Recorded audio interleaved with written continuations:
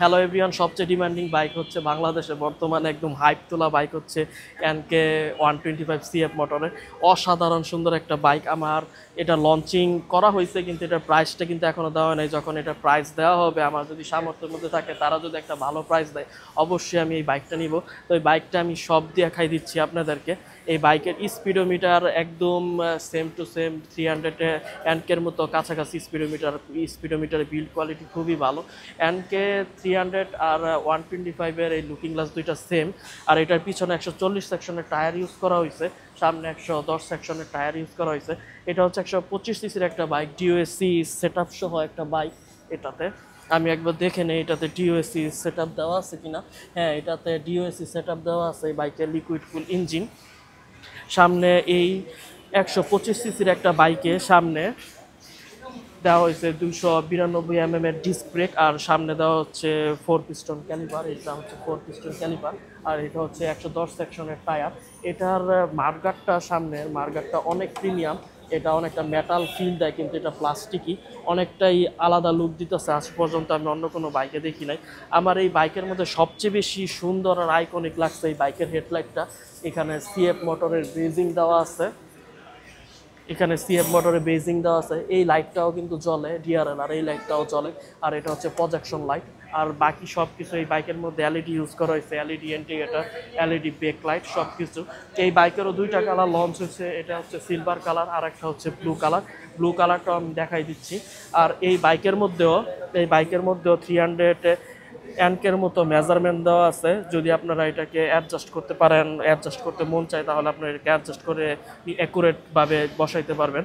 আর এটাতে দেওয়া আছে হচ্ছে গিয়ে চার্জিং কেস। আপনারা টাইপ সিও এখান থেকে চার্জ দিতে পারবেন, টাইপ এও চার্জ দিতে, মোবাইলে চার্জ দিতে পারবেন, বা ক্যামেরা বা যে কোনো জিনিস চার্জ দিতে পারবেন। আর এটার স্পিডোমিটারটা কিন্তু অনেক সুন্দর। স্পিডোমিটারটা খুবই চমৎকার, একদম সেম টু সেম একটা স্মার্টফোনের মতো স্পিডোমিটার।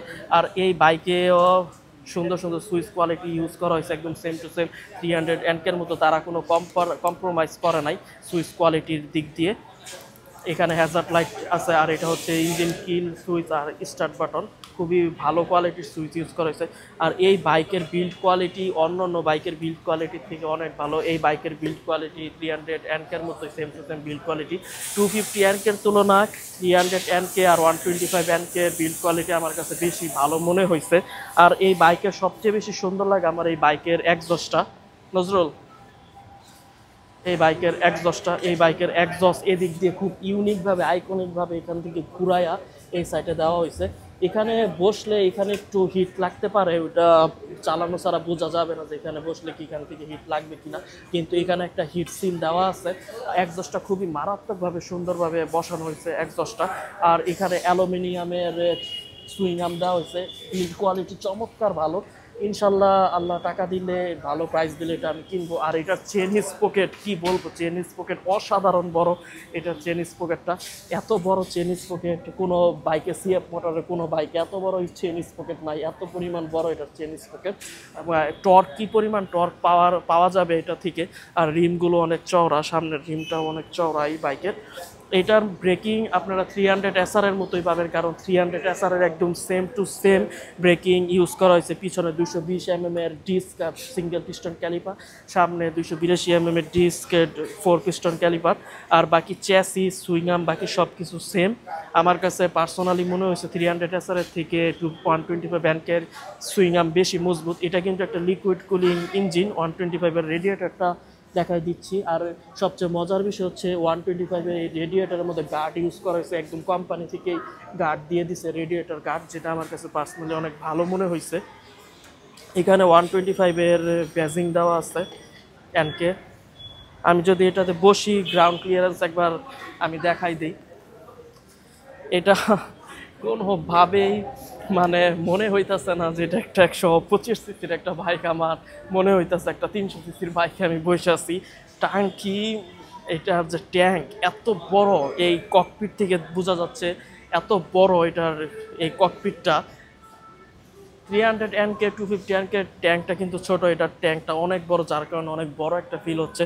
আর আমার দুই পা খুব ভালোভাবে বসছে নিচে। গ্রাউন্ড ক্লিয়ারেন্স যদি দেখি, গ্রাউন্ড ক্লিয়ারেন্স মোটামুটি হাই আছে, গ্রাউন্ড ক্লিয়ারেন্সের জন্য বাঁচবে না। আর এটা স্লিপার ক্লাস আছে এই 125 বাইকের মধ্যে, স্লিপার ক্লাস, যার কারণে ক্লাস খুবই লাইট, কিন্তু 300 NK এর মতো লাইট না, ওইটার থেকে একটু হার্ড আমার কাছে লাগতেছে, একটু হার্ড আছে। 300 NK একদম সুপার লাইট।